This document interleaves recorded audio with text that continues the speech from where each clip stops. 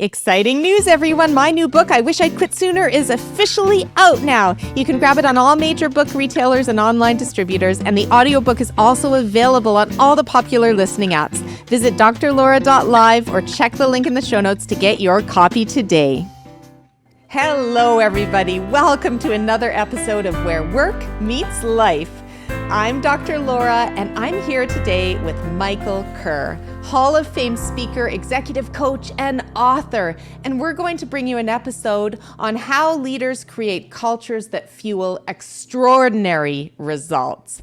This is going to be a fabulous conversation with a Canadian Hall of Fame speaker that I met through CAPS, which stands for the Canadian Association for Professional Speakers. I met Michael there, and he is a role model when it comes to speaking. He's had a prolific career, and he spends his time all over the world speaking, researching, writing books, inspiring workplaces to have better cultures so that they can have more successful businesses. And he loves to leverage humor to fuel extraordinary results. Something interesting about Michael is his weekly workplace blog called Inspiring Workplaces was listed as one of the top 50 workplace blogs in the world, and it comes out every week, so that's highly recommended. We'll include all of this in the show notes. And get this, Michael Kerr has written 9 books, including The Humor Advantage, The Jerk-Free Workplace, and Small Moments, Big Outcomes, How Leaders Can Create Cultures That Fuel Extraordinary Results, which is the topic of this episode, but we will cover a lot of territory. Welcome to the show, Michael. Oh, thank you, Laura. It is so fabulous to be here. Well, the pleasure is mine. I want to know more about you, Michael, and the legacy that you hope to leave for the world of work. Yeah, so I am celebrating my 30th year in this crazy business of being a speaker and writing about inspiring workplace cultures. And it all began because I was working in let's just call it a soul-sucking, fun-sucking workplace that was just sucking the life out of me. So I thought, I've got to do something else with my life. Work is way too important, has such a huge impact on our lives. So I decided to quit and make it my mission to talk about how work should not be sucking the life out of us, that it should be fueling our energy, that it should give us a sense of purpose and meaning. Work has such a huge impact on our lives. As I write about, as I talk about in my talks, work affects our mental and physical health, our family lives, our marriages. For those of you that are married, it affects our sense of identity, our purpose, where we live often. And it's just a wee bit of a time sucker, we may have noticed. It's the single biggest use of our waking hours and energy and passion in this short journey called life. So I decided to make it my mission to talk about how work is too important, has too big an impact in our lives, in our communities, on our families, to not create truly inspiring, truly engaging, humane, compassionate, and yes, fun workplaces that fuel extraordinary results. Wow. And I can't imagine how many human lives you've touched between the 9 books, the number of keynotes you've given. I mean, how many times do you think you've keynoted in these 30 years, Michael? Oh, wow. You know what? Yeah, that's a really good question. I should figure out what the actual number is. I know it's well over 1,000. I know it's over, I'm trying to do the math in my head, but it's in the thousands for sure. And all those lives that you've touched have touched other lives, because if people are thriving in their careers and have meaning and purpose and fulfillment, then they're better parents, better spouses, better citizens, right? Yeah, I'm glad you brought that up, because I honestly believe, it may sound, I don't know, corny or cheesy or something, but I honestly believe that if we create better workplaces, we're going to create a better world. The workplace as a unit has such an impact on society, on communities, on people's lives. So if we start by building better workplaces, how can that not spill over into better everything, right? It really does. That's exactly why I chose workplace psychology, because I figured it was such an impact on people's lives. Absolutely. So let's dig into Small Moments, Big Outcomes. Tell us a little more about this book, Michael, and what inspired you to write it. Yeah, this sort of draws upon a whole bunch of my experiences going into different workplaces around the world, meeting senior leaders, CEOs, talking to them about their workplace culture. It draws upon all my previous books in a way. So this is kind of the my what's the term I'm looking for, Laura? It's my my opus kind of thing, right? It pulls everything together. And the reason I wrote this, one of the central messages of the book is that I'm encouraging leaders to think of themselves first and foremost as a leader and not just a boss or a manager. And so, what does that actually look like to be able to earn that title of being a true leader, being a true inspiring leader? But more than that, the entire purpose of this book is to help leaders think of themselves first and foremost as a culture leader, recognizing that leaders have a disproportionate impact on the workplace culture, on the happiness of your employees, on the success of your workplace culture. And I think in this day and age, it's so critical that leaders think of themselves as culture leaders and think of themselves as intentional culture leaders. So I talk throughout the book, of course, what does that actually mean to be intentional about your workplace culture and be intentional as a culture leader. And I called the book Small Moments, Big Outcomes, just to stress the fact that it's not always the big things. It's not always the big, huge ideas we're talking about that can shape your legacy as a leader, that can build an inspiring, humane workplace culture. It very often does come down to those small moments, the small interactions in meetings, walking down the hallways, the small ways you thank employees, appreciate employees, how you communicate, all these small moments, these small gestures that make a difference to the day-to-day environment. So really, it's about the small things that you do consistently as a leader to build trust, to build relationships, and build a rocking great workplace culture.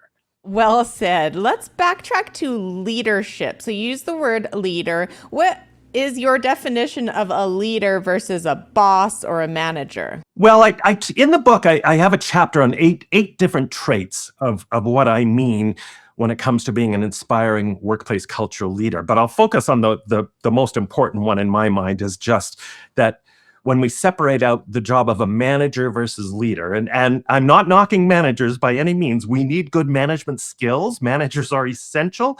As I think I write about in the book, if we don't have good management skills, pretty soon your business is going to look like an episode of Game of Thrones. So management skills matter. However, there's a difference, and the fundamental difference is management is what I say is just kind of the stuff of work. Right? Management is doing the bureaucracy, the bookkeeping, the accounting, the timekeeping, the paperwork, all that stuff. Really important, but it's the stuff of your job. Leadership is about connecting with the actual humans in your job. It's about your ability to influence humans in a positive way towards a more positive future in your workplace. And one of the comparisons I always draw upon is simply this. For those of you that are in relationships, have you ever tried to manage your partner? Nobody likes to be managed, right? That's a really good way to find out how comfortable your couch is or is not. But people are hungry to be led. So it's about connecting with humanity, with compassion, with empathy. That's the hallmark of a great leader. And when I talk about leadership too, I love this. I love this mantra that some of my clients have, that some large organizations have. We are leaders leading leaders. And I love this as a definition or a reminder of what leadership is all about for two reasons. First of all, this mantra, leaders leading leaders, reminds us that leadership happens at every level in an organization. It has nothing to do with your job title or position or power. It's your ability, even if you're a frontline employee, it's your ability to influence the people around you in a positive way. And the second reason I love this mantra, we are leaders leading leaders, is it reminds true leaders in a managerial position up in the organizational tree that their job is to nurture and coach and develop more leaders, not followers. That's the job of dictators. That's why we love those crazy guys so much. But leaders, it's your job to create more leaders. And look at it this way. If everybody on your team, if everybody in your company starts thinking like a leader, how could you not rocket in your business? How could you not be ridiculously successful if you have every single person thinking like a leader? And that means coming up with solutions, not just venting about problems. Right. Being part of creative and innovative ways to solve the problems and move forward rather than complaining and drama. Yes, yes, bringing forward idea well, and just even having the initiative to be looking for those ideas, to be taking the perspective of your customers or clients and seeing how you could be doing things better, to being a positive catalyst, a positive force, instead of, as I talk about in my talks, a seagull. Now, some of you may know that seagulls have a tendency to crap all over people. So workplace seagulls are kind of those people who do nothing but and they squawk all over us, right? "Ah, that's stupid. What a stupid idea. We tried this in 1987. It'll never work. It's against our policy," right? So Yeah. seagulls are soul-sucking forces in the workplace. So it is about being that positive, constructive person who's constantly adapting a growth mindset and looking at how they can improve your organization. And the seagulls can come, micromanage, and then leave. So they come, they SHIT, and then they leave. Whoop in and out. They steal your French fries and they leave. Yeah. Makes me think of our puppy. So Benny turned 1 year old today. So that's it. That's exciting. But last night he don't leave a plate on the counter of food. He still counter dives. he ate a whole chicken breast last night. So that was his birthday gift. Yeah. Oh man. But he's not like a seagull. He brings love and he doesn't just swoop over and squawk. He brings a lot of positive feedback. Actually, there's lots we can learn about dogs in terms of workplace culture, right? How supportive they are, how loving they are, yeah, right? Positive reinforcement. Yeah, consistency for sure. So let's walk through some examples of the small moments, Michael, that can have a big impact for leaders and for the people they lead. What are some small moments in your book? Yeah, and so one of the things I want to remind people of too, it's also the small things we do that annoy our employees and disengage our employees, right? So it's also the things we do that might be irritating them, those small micromanagement moments, the small things we forget to do. And I hear this all the time. I survey employees, I talk about my survey results in my book, and so often it's the small things, like my boss blasts by me on a Monday morning after the weekend and doesn't say hi, doesn't stop in and check in and ask about my weekend, right? Just those little things that people notice. And so it really is, though, the small ways that we show up as a leader, right? And this is one of the things I want to stress. When we talk about leadership and workplace culture, it's not what you're doing, it's how you're doing the things you're already doing.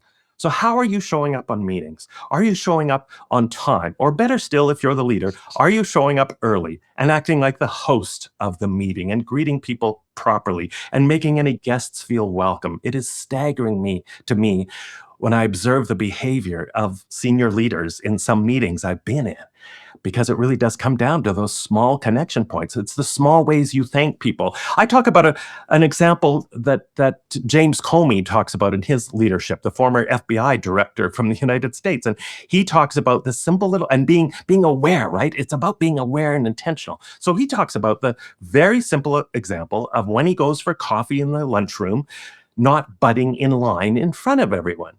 And as I say in my book, look, nobody's going to throw you a parade for not butting in line to get your coffee. But those are the things our employees notice, that your employees notice. Those small acts of kindness that you do, the small ways you thank employees, that you appreciate employees. I have examples of leaders who just, they are very intentional about writing, and even if it's just on a sticky note, writing thank you notes on sticky notes and leaving them for people around the office. I talk about a bank where in the morning they have this culture tradition where everybody goes around the bank and says an intentional good morning to everyone. Now that's very simple, right? That's a small moment. Now they don't talk about the game last night or the weather, because otherwise, you've eaten up an hour of the day, but an intentional check-in with everyone. And everyone talks about how uplifting that is, how it gels the team together and makes everybody feel welcome and creates this sense of belonging. But it's a simple, small moment. I talked about one just a few weeks ago when the Prime Minister of Canada, Mark Carney, phoned a speed skating team with the women, speed track women, and had this delightful conversation. But he said something that was so cool at the end of the call. And this is what I mean by small moments. He said, I want to thank you for taking the time with me. Right now, he's the Prime Minister of Canada. A little bit of a power differential there, right? But he thanked them for taking the time to speak with him. That's a classy moment, and that's a classic small moment of what we have to think about if we're being a leader. Yeah, those are beautiful examples. I like the sticky notes. I like the taking the time to be on time for meetings, but early for meetings if you're the one leading it, to welcome people, to check in, to have those small moments. Because if you're always battling the clock, you just don't have those. No, and you're not present, right? You're not fully present. So much of leadership, I think, is about being present, right? Totally present and self-aware about your impact, self-aware of the wake that you are creating as a leader. So it really is those small moments things, you know. There's the sticky note idea reminded me of one thing, and I love this. One of my clients who does this, a manager, he's done this for years. Again, and it's such a cool, creative idea. Every Sunday night, he phones. He's got a team of about 8 people, but he does this very simple ritual that he's been doing for years, but it has a huge impact. He phones and he leaves a voicemail message on every one of his employees, work voicemail messages, so that they start off their week on a Monday morning with this uplifting, appreciative thank you message from their boss. Wow. You know, it's got a little humor in it. It's very personal, very authentic. Just takes a few minutes, right? It's not a huge thing, but it is a huge thing, right? On the other hand, it doesn't take much time, but it has a huge impact on that team. Yeah, and it doesn't cost anything, right? A lot of these things like the sticky notes, the thank yous, the messages, doesn't cost anything. No, and there are so many things that do not cost anything or very little and very little time, and that's what employees want. You know, we sometimes get caught up in thinking about all these perks, and you know, yes, they can be important, but you know, but that's not what culture is. It is these true human connections. Yeah, how would you define culture, actually? What is culture? I define it as the unique set of rituals, values, traditions, and behaviors that make your organization unique, that make you you and different than everyone else. It's how you do the things you do, not what you do. It's your DNA, and I like to describe it too because I hear this from my clients all the time, Laura. It's your mojo. It's the mojo of the place, right? I get calls from clients all the time who say, you know, we need your help, Michael. I feel like we've just lost our mojo at work. And really what they're talking about is culture. They're talking about the energy in the place, how people are feeling, what the employee experience is like. That's a huge part of workplace culture. We talk about customer experience in terms of the emotional experiences we're creating for our customers. What culture is the experience we're creating for our employees? What is it like for your employees to come into work starting on a Monday morning? What are they thinking about on that Sunday evening before going into work when they think about coming back to your workplace? That's your culture. Exactly. Are you looking forward to Monday morning? Yes, my friend Tony talked to me about he had the driveway test, he called it. How are you feeling on a Monday morning when you get into your car and you're in your driveway still? That moment where you put your car into reverse, maybe. What are you thinking? What is your stomach feeling at that moment heading into work? Great examples, Michael. So, the state of the world right now is challenging. There's a lot of bad news, scary things going on. It's very turbulent. So, with these uncertain times, what's absolutely key for today's leaders to be doing to help grow and inspire people through these uncertain times? One of the traits, and even though it's quite specific, I did pull it out of one of my 8 essential traits of a culture leader. And it is this: leaders need to, I think, more than ever, especially during lots of change and uncertainty, channel hope.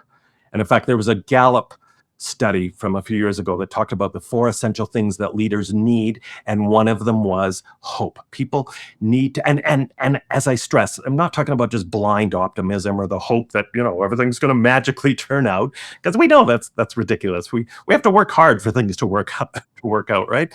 So it's the hope, though. It's expressing that hope. It's that expressing that optimism, that you as a leader have faith in your team, that you have faith in their that you understand that they have the skills, the know-how, the knowledge, the experience, the wisdom to get through whatever it is you're dealing in your workplace, and embracing that we mindset too as a leader. So your employees never feel abandoned, that you are there with them, standing alongside them, saying, we are going to get through this. We are going to get through this because we have a great plan, because we have a great team that I know knows what they're doing and has the skills and wisdom to do this. I think there's a lack of enough hope, and hope doesn't mean that you're naive or that you're not seeing the problems ahead of us. And we have some big problems in this world, but it's about knowing that we'll do everything possible as a team to get through this. Absolutely. And then the other part of that too, that I would wrap into hope, and I have a whole separate chapter on the book of this, is that idea of just constantly connecting your employees to a sense of purpose at work, reminding them why their jobs matter, reminding them why their work is so important, how it fits into the bigger piece of the puzzle that your workplace is involved with, reminding employees of why your business was created, what it is you're trying to achieve in the highest level goal, what your priorities are, what your vision is, what your mission is, what your purpose is, but making that meaningful and tangible and getting people excited about it. And the more change there is, the more you have to double down on reminding people, hey, remember, let's keep our eyes on the ultimate goal here. This is what we're all trying to achieve, and we're going to achieve this if we keep working together. Well put. So let's talk about the dark side of leadership a bit. So as you know, my latest book is I Wish I'd Quit Sooner, Practical Strategies for Navigating and Escaping a Toxic Boss. We've talked about that on your podcast. And I want to know about your Jerk-Free Workplaces book. And I just want to talk about if you're seeing more jerks out there given the uncertain times we're in, and how do you see jerks versus toxic leadership? So let's explore the contrast between our books a bit. Sure, yes, and congratulations on your book, Laura, by the way. It's such a needed book, such an important book. And really, it's why I do what I do to this day, because I quit a kind of toxic workplace that was sucking the life out of me. So the jerk-free workplace is this kind of call to action for everybody to think of themselves as a leader. So I'm kind of looking at it as a spectrum, right? So over here on one end of the spectrum, you might be a jerk, and obviously the antithesis of what we mean by a leader. And so hopefully at the very least, we can create workplace cultures, we can create teams where people are at least not being jerks, so they're not doing any harm. But then at the best, let's move people along that spectrum. So as I mentioned earlier, they're actually thinking of themselves as a leader, and they're shifting from being a jerk to being a true frontline leader. So to answer a few of your questions here, I do think it is sadly a little bit on the rise, the level of jerkiness we're seeing in workplaces. There are certainly a lot of surveys that I've seen that suggest that incivility is rising in society, in workplace. I think it's being fueled partly by our politics, partly by social media. I think people are perhaps more stressed out than ever before. They're time stressed. And so that of course leads to people behaving in jerk-like ways. And I want to stress the difference too between being a jerk versus doing a jerk-like thing, right? I mean, I've behaved like a jerk several times in my life where I was embarrassed, but I think that's one of the keys is knowing I behaved like a jerk and being embarrassed and wanting to make amends after the fact, right? So everybody, of course, has bad days, and everybody does things where we're forgetful. We do something where we realize, maybe not till that night when we get home, we go, "Oh man, I was a real jerk in the meeting today. I'm going to go in tomorrow and apologize." And that's just being human, right? Where it gets to be concerning is when we tolerate ongoing jerk-like behavior and the person becomes identified as a jerk for the most part, which is similar in your book. So for sure, I think there's a Venn diagram there, right? You talk about difficult leaders. Well, that's the term I would use is, maybe having a leader who's a jerk. They aren't necessarily toxic at that point, but they could be a jerk. And depending on how far along they move on that jerkiness spectrum, then they could easily ooze into the toxic end of things, right? Where they are truly toxic because they are such a jerk. Totally. And I like how you said we can all have jerk behaviors. It doesn't identify us as an overall jerk, but it's the consistency and frequency of behaviors that categorize you as a jerk or a difficult person or a toxic individual. And I'd say the toxic, whether you're a leader or a non-leader, if you're toxic, it means your behaviors are consistently doing harm to other people's engagement, productivity, and well-being. Yeah, and we need to know, like there is, I quote a University of Arizona study in my book that talks about the impacts of working with a jerk and the percentage of people that leave their jobs so not because of the boss in these cases, but because there's a jerk on their team that has become so demoralizing, that is sucking the life out of the workplace, that they can't take it anymore. So there's all these stats that talk about how people even come up with different routes going through the workplace to avoid a jerk, or they avoid meetings because of a jerk at work, or they can't sleep at night because of a jerk, or they're stressed out because of a jerk, right? So we need to know that if you are tolerating, and this is key, right? A workplace culture is only as good as the lowest common denominator you tolerate at work. If you are tolerating jerks at work, you need to know that there is an enormous cost to putting up with those jerks that you are maybe not seeing even all the time. There is, absolutely. And it's silent, like weeds wrecking a garden. The jerks are like the weeds that sprout up here and there, and before you know it, you have a garden full of weeds. Because jerk behavior breeds more jerk behavior. Because you just get to be unhappy and short-fused with one another. And then the gossip mill runs wild about, oh, they're a jerk. And then you start to create stories around them to make them even more of a jerk. Right. I reference a study. You reminded me of this. I reference a study, a Harvard study, I think it was, that talks about the single biggest predictor of future successful leaders. And what they discovered is simply this: they were positive energizers. So it had nothing to do with intelligence or charisma or how articulate they were. They were positive energizers. And they didn't mean this in some woo-woo new age kind of way. They just meant that they made other people feel good about themselves. They were totally present. They asked you about your dog, and hey, I remember your dog went into surgery. Is your dog doing okay?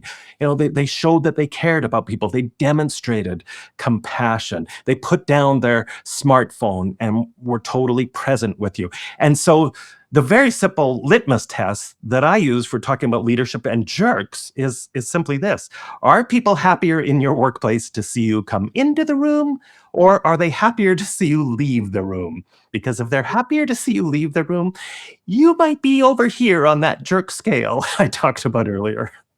I love it. Or are they absolutely ecstatic for you to go on vacation?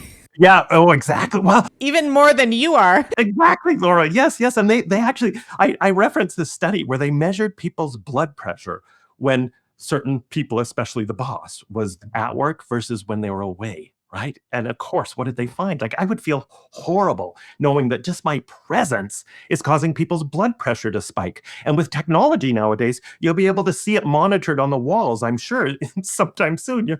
You'll look over at the walls and go, oh my God, Susan's blood pressure is spiking. Oh, Bob just came in. That's why.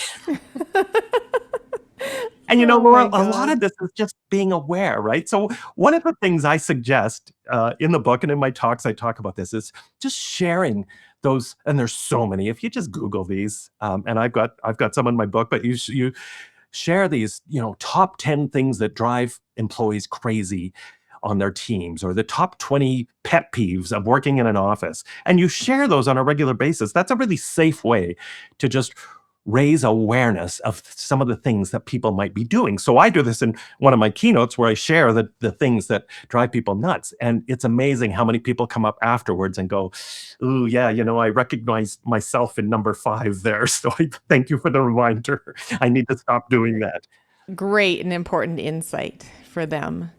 Really, really great. So, I like to talk about work life wellness on this podcast because I think it's about being well in both spheres, our work and our life. Michael, so how do you go about having work life wellness for yourself as a busy Hall of Fame speaker, author, thought leader, podcaster, etc.?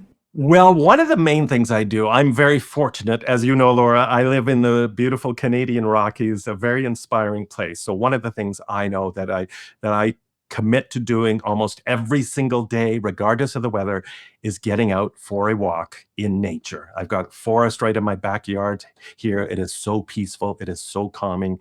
And just committing to getting that physical exercise, that fresh air, no matter how busy my day is, that makes a huge difference.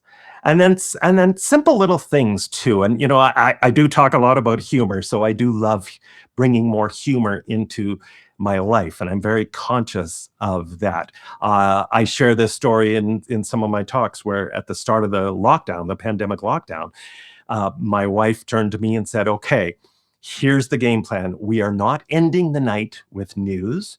We're not ending the night watching a serial killer drama because there's enough drama going on in the world. We are going to watch comedies and nothing but comedies." So we did, like those first 6 months, we just binged all these epic, great comedies. And we still talk about how much that helped us maintain our sanity and our well being when the world seems so crazy. Absolutely. I think the news is, yeah, we need to detox sometimes from the news because it just pulls us down. And same with social media, the constant comparison.